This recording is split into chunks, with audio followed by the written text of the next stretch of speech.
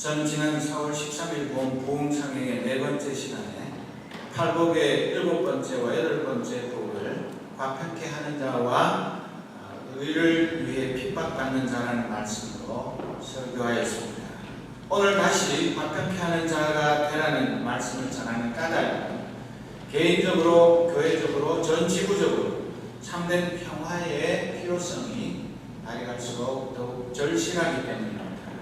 멀리는 여러분들이 소식을 들어 잘 아시는 대로 이라크에서 ISIS, 이라크 시리아 이슬람 스테이트라는 세상에서 가장 잔인무도한 그 테러 집단들이 수많은 크리스천들을 살해하는 일을 지금도 계속하고 있습니다.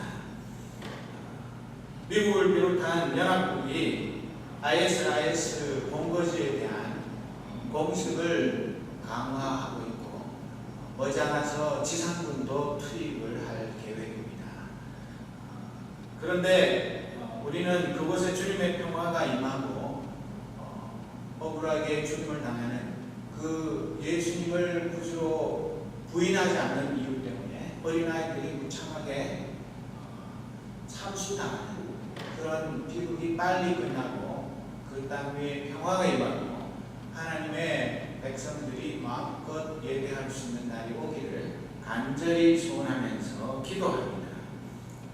그런데 제 예상으로는 아무리 미국과 다국적군이 공습을 강화하고 지상군을 투입한다 할지라도 그 이라크 땅에 참된 평화가 임하리라고는 기대하기가 어렵습니다. 왜냐하면 무력으로 이 땅 위에 단 한 번도 참된 평화가 이룩된 적이 없기 때문에 그렇습니다. 무력으로 평화가 임했다면 부시 행정부가 이라크에 대량 살상 무기가 있다는 핑계로 이라크를 침공해서 점령을 하고 벌써 세월이 얼마나 흘렀는데 그 땅에 다시는 그런 테러 집단들에 의한 수교자가 나오는 일이 없어야 맞지만 무력만으로는 참된 평화가 이루어질 수 없습니다.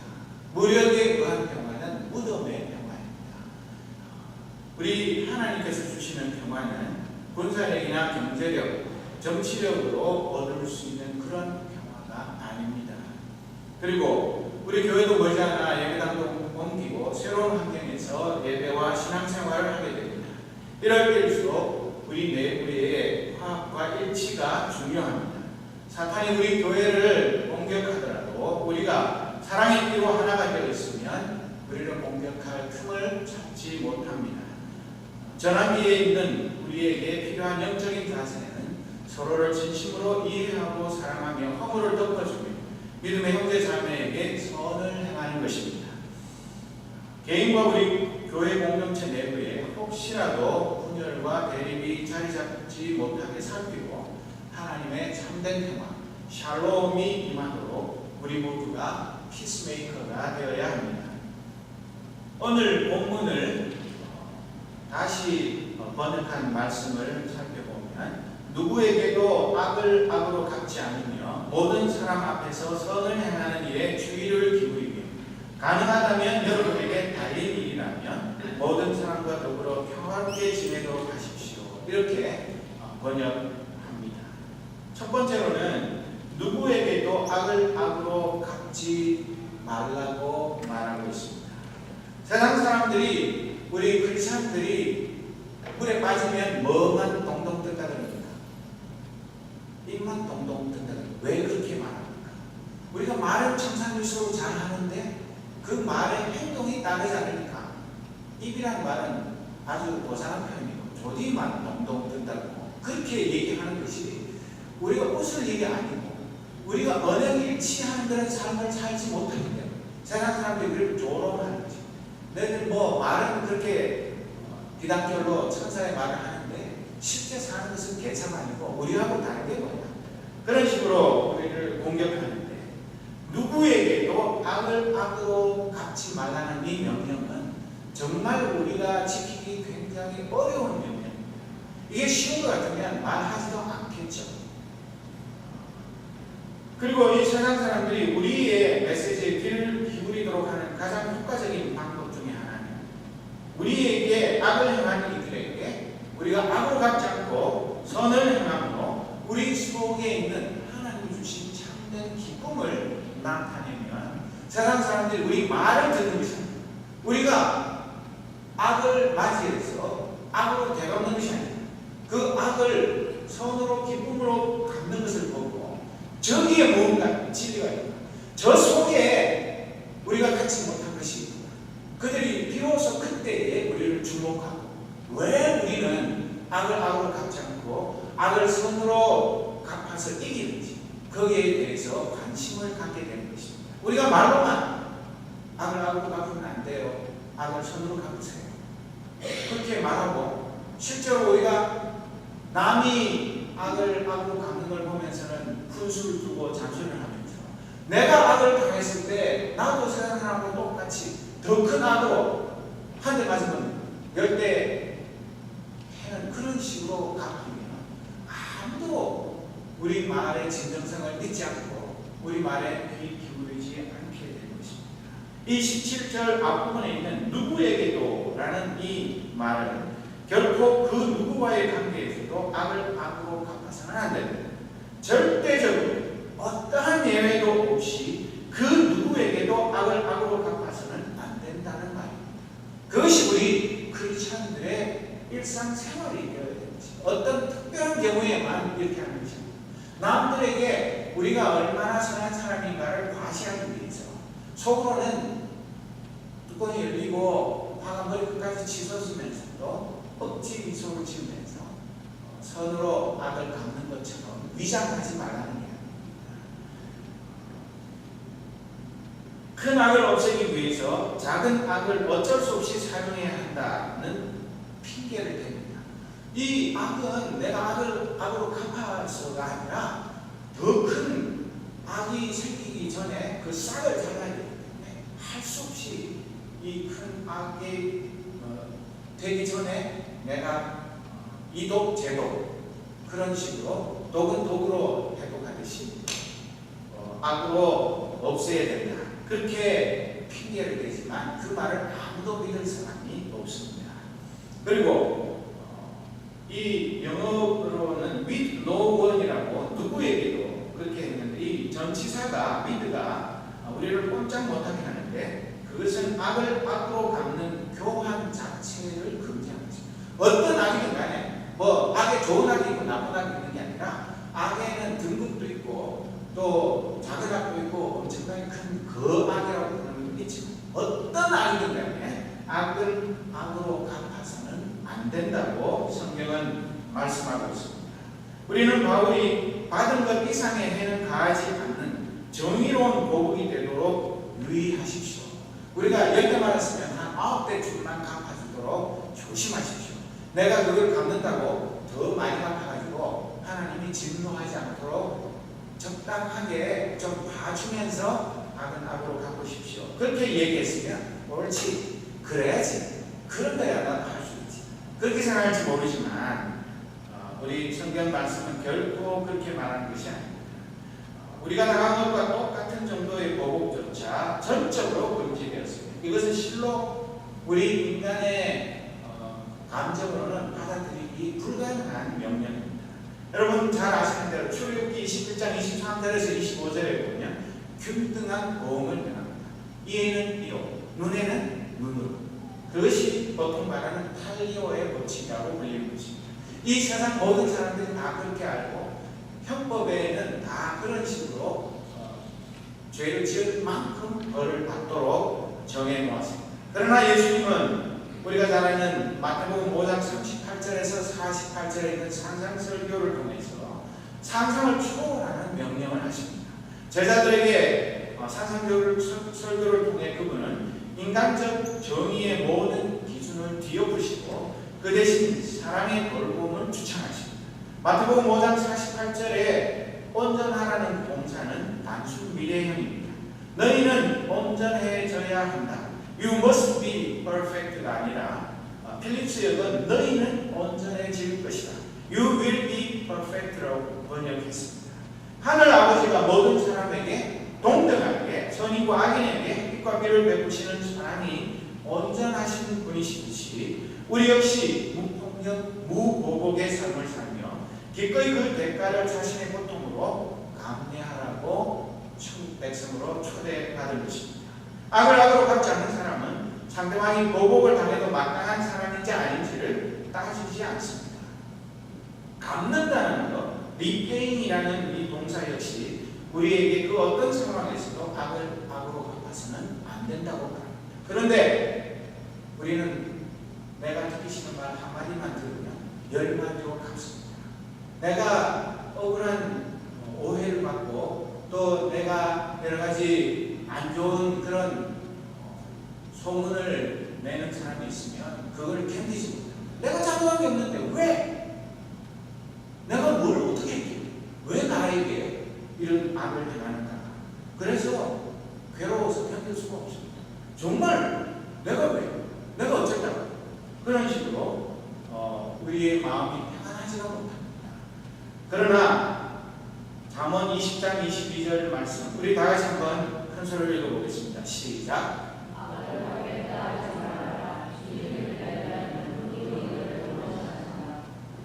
어떤 종류의 악이든 악을 내 손으로 갚겠다고 그렇게 나서지 말라는 것입니다. 주님이 이 악을 대신해서 처리해 주시기를 인내하며 기다리면 그 주님께서 우리를 그 악으로부터 구원해 주신다고 말씀하십니다. 우리가 악을 악으로 갚아가지고 그 다음에 어떻게 됩니까?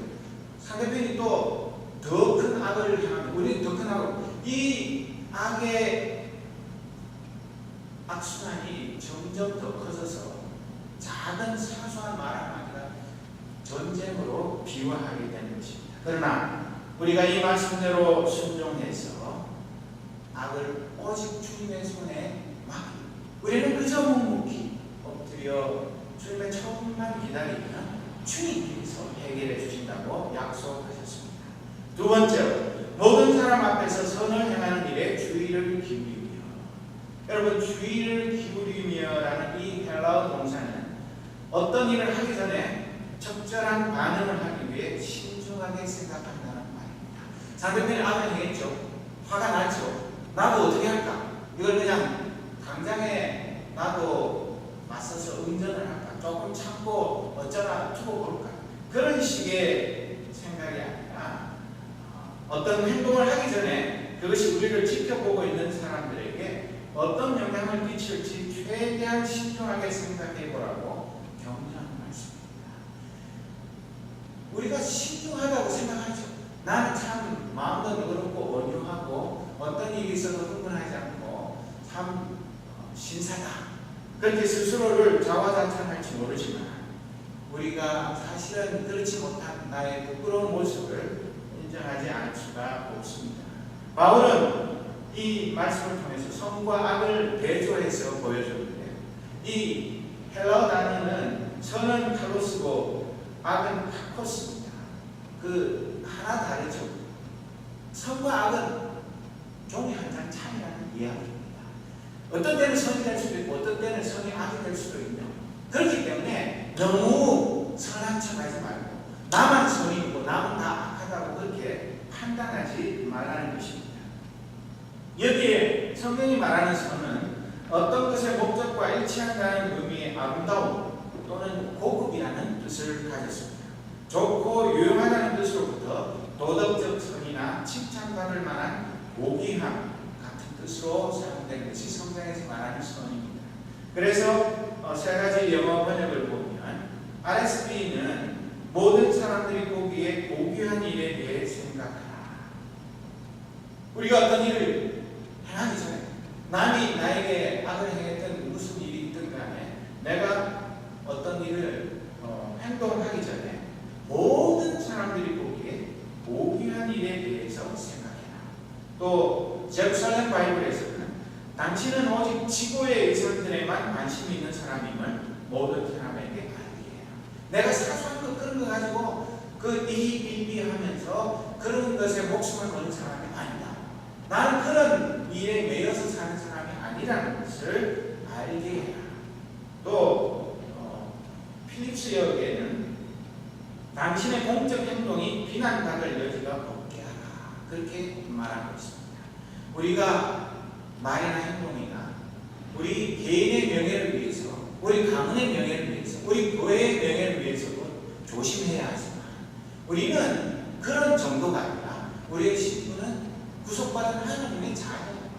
우리가 함부로 행동하고 우리가 이 세상 사람들에게 비난을 당하면 우리 뒤에 있는 하나님 아버지가 비난을 당하시는 것입니다. 그렇기 때문에 우리의 일거수일투족이 그렇게 그냥 내 기분대로 내 마음대로 그렇게 해서는 안 되는 고귀한 하나님의 자녀들입니다.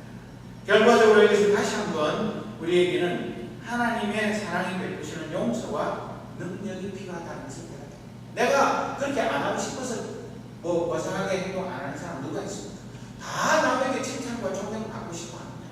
남이야 나를 오해를 하든 욕을 하든 뭘 어떻게 하든 간에 그거 전혀 개의치 않고 나는 그저 웃으면서 그에게 선으로 대하고 싶은 마음이 굴뚝 같습니다. 그런데 왜 안 해요? 그것은 내 인격 수양이 부족해서 내가 사람이 덜 돼서가 아니라 어떤 사람을 만나고 한두 번도 아니고 계속 거듭되는 나를 향한 악의적인 공격 앞에서 언제까지나 호의로 살아갈 사람은 없습니다. 그래서 화무 시비홍이요 임무천지를 보라고 곧 그 열을 붉은 꽃이 없고 첫날 호인인 사람이 없다. 옛말에 그렇지 않습니다. 그렇기 때문에 우리는 우리의 그 도덕성, 우리의 인격, 우리의 그 교양과 우리의 그 훈련 수준 그것을 너무 과신해서는 안 됩니다. 이런 때일수록 하나님 나는 할 수 없습니다. 나는 연약한 죄인입니다. 나도 보복하고 싶고 악을 악으로 갚고 싶고 더 많이 갚고 싶은 연약한 죄인입니다. 하나님 용서하시고 내 속에 살아계신 성령님께서 나를 다스리셔서 나를 이기게 하옵소서. 하나님께 기도하지 않고 이 악을 악으로 갚지 않고 선으로 갚을 사람은 한 사람도 없기 때문에 우리가 이 지점에서 나의 부끄러운 모습만 발견하는 것이 아니라 하나님 앞에 어쩔 수 없이 무릎 꿇어야 하는 그런 존재인 것을 발견하게 되는 것입니다. 하나님께서 우리를 통해 일하신다는 사실을 알므로써 경험하는 그 기쁨만 우리가 예수님의 성품을 우리의 삶의 방식으로 선택할 수 있게 해주고 모든 일에 앞서 도덕적으로 올바른 행위를 계획할 수 있는 그런 인내심과 용기를 주는 것입니다. 갈라디아서 6장 9절 10절 말씀을 보면 선한 일을 하다가 낙심하지 맙시다. 지쳐서 넘어지지 아니하면 때가 이를 때에 거두게 될 것입니다. 그러므로 기회가 있는 동안에 모든 사람에게 선한 일을 합시다. 특히 믿음의 식구들에게는 더욱 그렇게 합시다. 이것은 누구 특정한 한 개인에게 해당되는 말씀이 아닙니다. 우리가 자주 선한 일을 하고 교회에 많은 일을 맡은 사람들이 열심히 일을 하다가 제풀에 지실 때가 있습니다. 나는 이렇게 죽어가고 고생하는데 왜 남들은 팽팽 놀고 아무것도 안 하고 내가 이렇게 땀을 흘리면서 고생하는데 협조도 안 하고 왜 나만 왜 이래? 뭐 그렇다고 해서 누가 섬기는 것도 아니고 누가 알아주는 것도 아니고 그래가지고 제풀에 지쳐서 번아웃 될 때가 한두 번이 아닙니다. 그러나 지쳐서 넘어지지 않고 끝까지 선한 일을 계속하게 되면 때가 이를 때에 선의 열매를 거두게 됩니다. 그렇기 때문에 기회가 있는 동안 우리가 아직도 하나님께 주신 능력이 있습니다. 선을 행할 그런 모든 여건이 갖추어졌을 때 기회를 놓치지 않고 모든 사람에게 선한 일을 행하는 특별히 믿음의 식구들에게 행해야 합니다. 이 세상 사람들에게도 물론 해야 되지만 우리 가까이 있는 믿음의 형제자매들에게는 선을 행하지 않고 저 멀리 잘 알지도 못하는 사람들에게만 열심히 선을 행한다면 그것 또한 모순이 아니겠습니다. 이 시점에서 어려운 점은 모든 사람들 앞에서 그리고 어떤 상황 속에서도 그렇게 고귀한 행동으로 반응하기가 결코 쉽지 않다는 것입니다.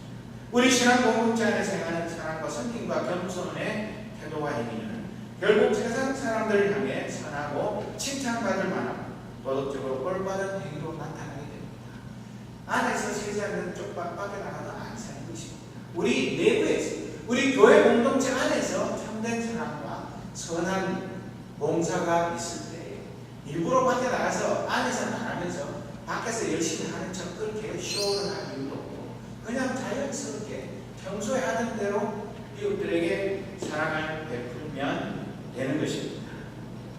우리가 구체적인 행동을 통해서 베드로후서 1장 5절에서 7절에 나오는 신의 성, 하나님의 성품의 사람인 것을 보여줄 때만 비로소 사람들은 그분의 사랑에 대한 우리의 메시지를 신뢰하게 됩니다. 여러분, 하나님의 성품이 무엇입니까? 믿음의 덕의 지식의 절제의 인내의 경건의 형제부에게 사랑을 더하라. 이 하나님의 성품이 하나님의 자녀인 저와 여러분의 성품이라서 나도 모르게 일부러 이걸 몇 가지를 외워서 말이나 행동이나 모든 면에서 이 하나님의 성품에 참여하는 사람에서 점점 거룩하신 아버지 하나님을 닮아가게 될 때 세상 사람들이 우리가 예수 믿으시오, 여기 구원의 길이 있습니다, 그렇게 입으로 말하지 않아도 우리의 삶이 복음이 되어서 세상 사람들이 우리를 통해서 거룩하신 살아계신 하나님을 만나게 될 것입니다. 우리가 복음적인 삶의 방식대로 살면서 세상을 향해 우리 공동체 안에 있는 참된 기쁨을 보여줄 때, 그리스도의 주되심 안에서 하나님의 사랑을 나타내 보여줄 때 사람들은 도대체 우리는 그 세상 사람들과 왜 다르게 살아서 우리가 슬퍼해야 마땅할 때 왜 기뻐하는지, 우리가 악을 악으로 갚아야 할 때 왜 저 사람들은 악을 몇 배의 선으로 갚는 건지 궁금해요. 왜 그럴까? 왜 저 사람들은 나와 다를까? 그런 의문을 가지고 당신들 왜 그래? 우리에게 질문을 던지게 될 것입니다. 베드로 사도는 우리에게 베드로전서 3장 8절 이하에 보면 마지막으로 말합니다.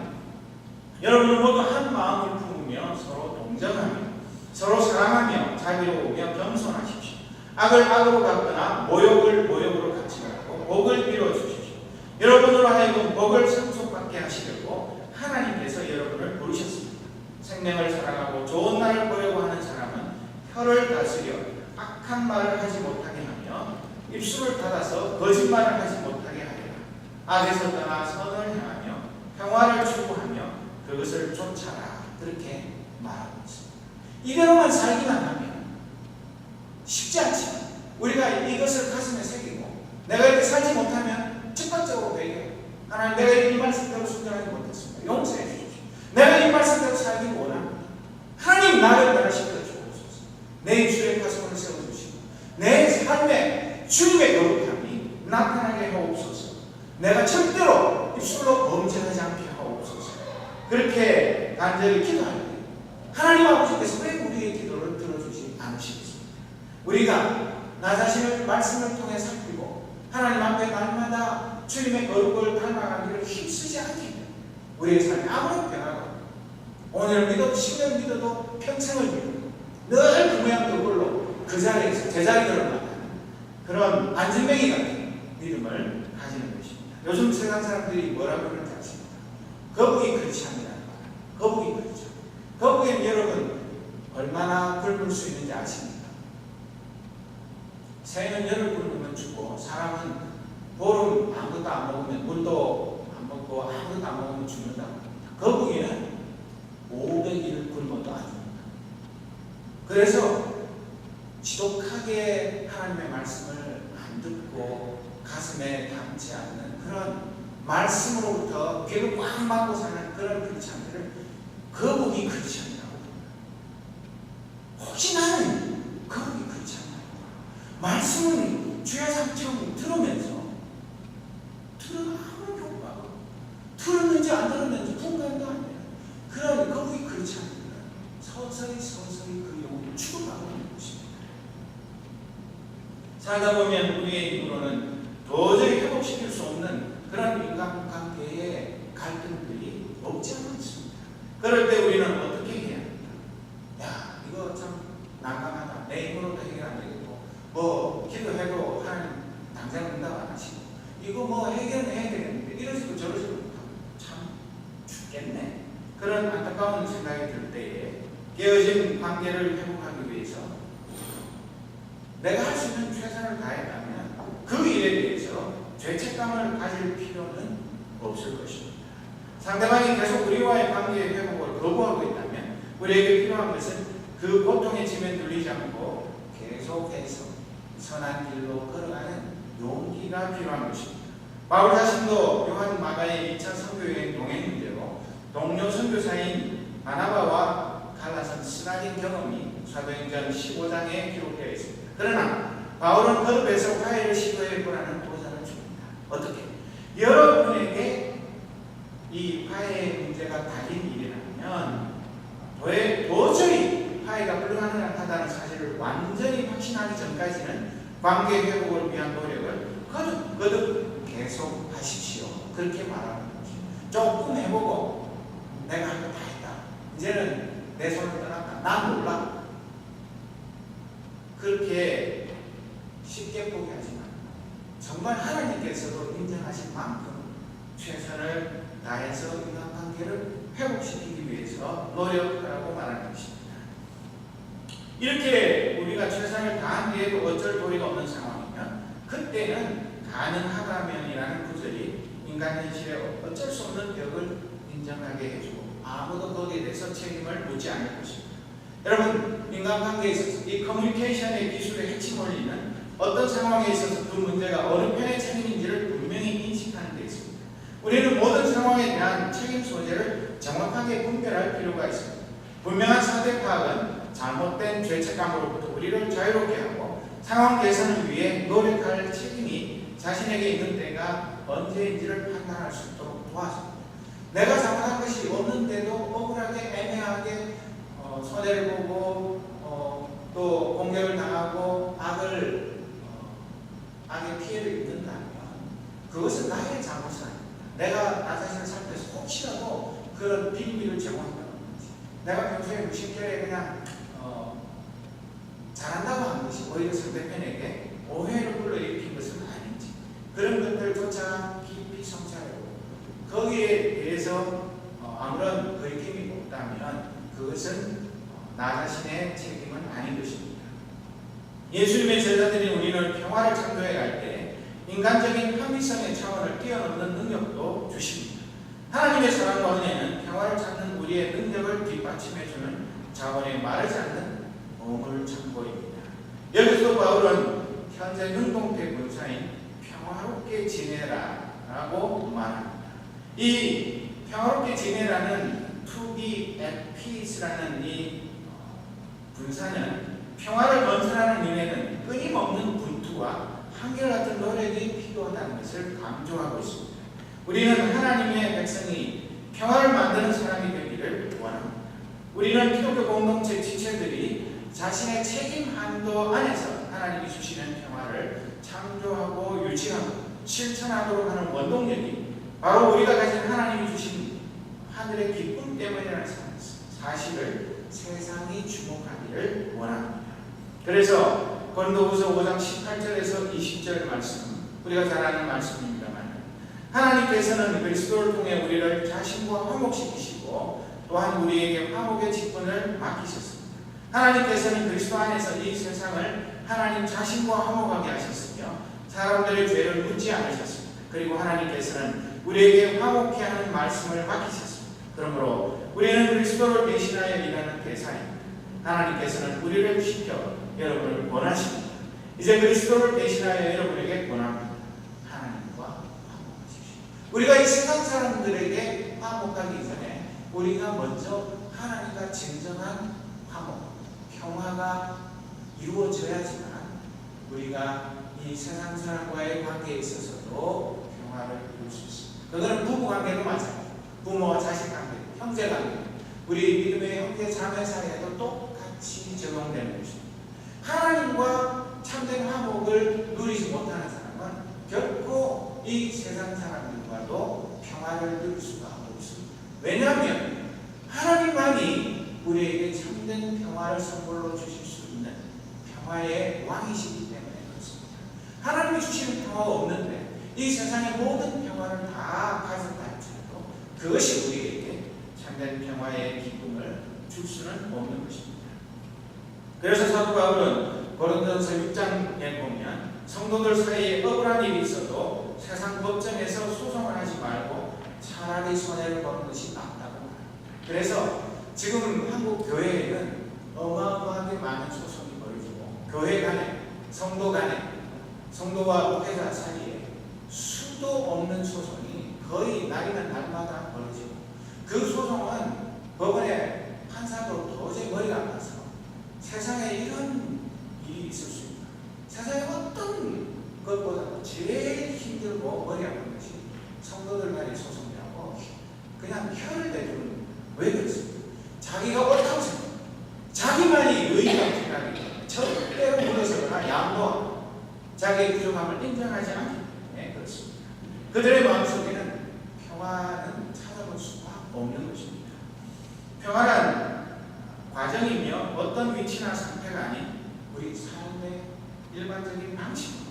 그러니 평화는 전쟁이나 대규모 폭력이 없으면 평화롭다, 그렇게 말하는 소극적인 평화, 그것을 사람들은 말하지만 성경이 말하는 이 평화는 적극적인 평화인데, 사회적 정의가 강물처럼 흐르는 그런 상태, 그것은 대부분의 사람들이 말하는 그 영구 평화, 절대 평화, 이것은 이상적인 것이고 교과서에 나 있는 것이 이 세상에서는 이룰 수가 없다, 그렇게 미리 포기합니다. 그러나 우리는 하나님의 말씀 안에서 하나님 주시는 참된 평화를 이루기 위해서 부름받은 저와 여러분이기 때문에 결코 포기할 수 없는 것입니다. 바울은 하나님의 나라가 성령 안에 있는 정의와 평화와 기쁨 속에 있다고 말합니다. 우리가 주기도문에 당신의 나라가 임하소서라고 기도합니다. 우리는 하나님의 나라를 평화를 건설해가는 과정의 최종 목표점이 하나님의 나라가 이 땅 위에 임하는 것입니다. 그래서 로마서 14장 17절에서 19절 말씀을 보면 하나님의 나라는 먹는 일과 마시는 일이 아니라 성령 안에서 누리는 의와 평화와 기쁨입니다. 그리스도를 이렇게 섬기는 사람은 하나님을 기쁘게 해드리고 사람에게도 인정을 받습니다. 그러므로 우리는 서로 화평을 도모하는 일과 서로 덕을 세우는 일에 힘을 씁시다, 그렇게 권면하고 있습니다. 여러분, 저 멀리 우리가 잘 알지 못하는 그런 사람들과 막연한 평화를 이루는 것은 어렵지 않습니다.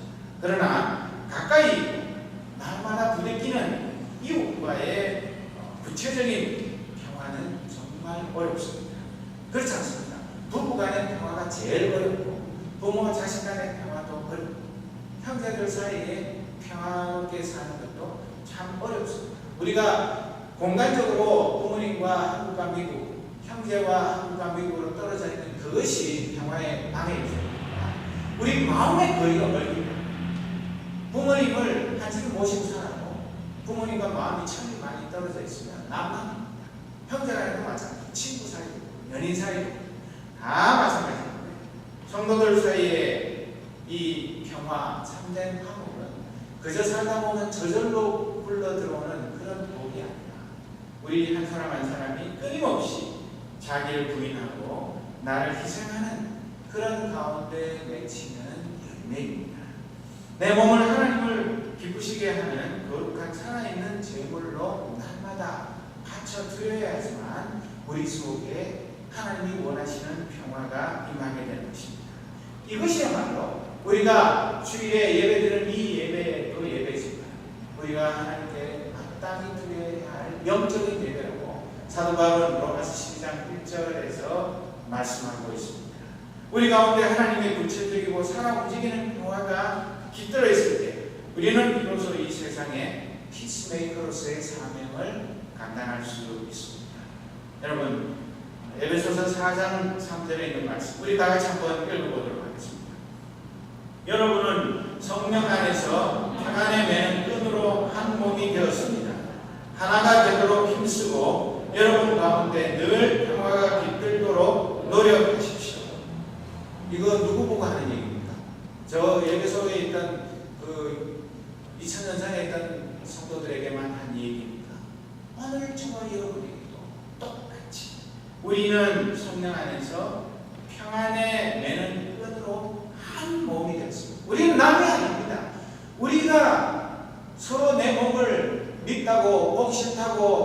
생각하고 해하면 자해하는 것입니다. 내 몸을 내가 스스로 망가뜨리는 그런 어리석은 자가 되는 것입니다. 그런데도 불구하고 성경이 거듭거듭 우리는 그리스도 안에서 한 형제자매요, 한 몸이라고 얘기하는 거예요. 내가 내 손으로 내 몸의 어느 부분이 마음에 들지 않는다고 해서 마구 두들겨 패고 치료받고 물어뜯으면 누가 손해? 결국 내가 내 몸을 망치는 그런 바보가 되는 거다. 정말 우리가 하나가 되도록 힘쓰고 힘써야 합니다. 하나가 절대로 저러도 된다.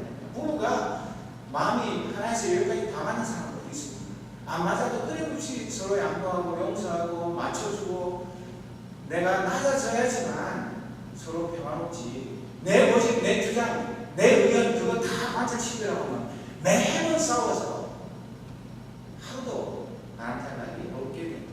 그걸 우리가 경험을 통해서 잘 알지 않습니까? 우리 믿음의 형제자매도 마찬가지입니다.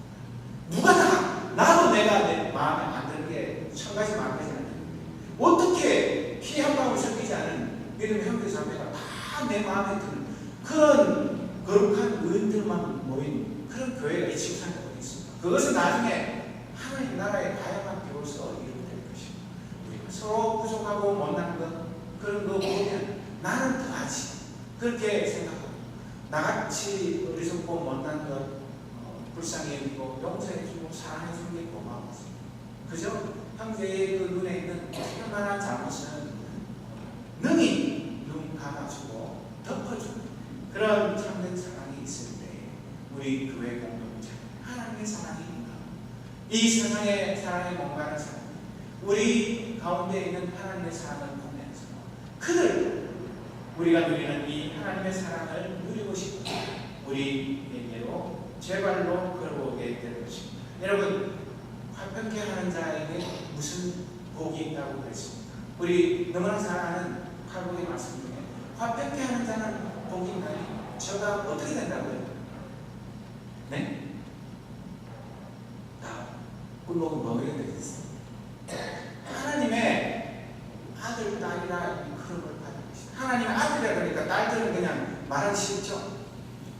우리 모두가 이 세상에 하나님의 평화를 받아서 내가 누리면서 이 평화를 찾지 못해서 애타게 찾는 많은 사람들에게 하나님의 참 평화를 내가 이 생하면서 나누어주게 될 때 그때서 비로소 우리가 진정한 하나님의 아들이요 딸이 됐을 하나님도 인정하시고 이 세상 사람들도 인정하고 이 세상에서 가장 명예롭고 가장 존귀한 타이틀인 하나님의 아들, 하나님의 딸이라는 이름을 비로소 얻게 된다고 말씀하셨습니다. 여러분 우리가 다른 거 다 못해요. 이건 돈 드는 것 아니고 우리가 정말 하나님 말씀에 온전히 사고자면서 이 일곱 번째 복을 누리기 위해서 정말 내가 평화의 도구가 되게 하옵소서. 내가 내 가정에서 내가 내 직장에서 학교에서 교회에서 어디에서 평화를 이루는 사람 내가 가면 분쟁이 조용해지고 서로 싸우던 사람들의 마음이 가라앉고 서로 미워하던 사람들의 마음이 사랑으로 가득하고 내가 가는 곳마다 주님의 참 사랑과 평화가 아름답게 꽃피어서 많은 열매를 맺게 되면 나도 늘 기쁘고 감사하고 주위에 있는 많은 사람들이 나로 인해서 하나님의 참된 평화와 하나님의 참된 사랑을 함께 누리면서 하나님께 영광을 돌리는 이 일을 왜 우리가 마다하겠습니까? 그래서 정말 우리는 한 사람도 예외 없이 오늘 주신 말씀처럼 우리 모두가 하나님 앞과 사람들 앞에서 진정한 화평케 하는 자가 되는 그런 큰 은혜를 누려서 우리가 하나님 앞에 서는 날 너는 내 아들이다 너는 내 딸이다 우리 주님께서 나의 그 수고의 눈물을 닦아주시고 나에게 생명의 멸관을 씌워주시고 그 영광의 날을 소망하면서 날마다 피스메이커로 살아가는 거룩한 하나님의 아들, 딸 되시기를 주님의 이름으로 축복합니다. 기도하겠습니다.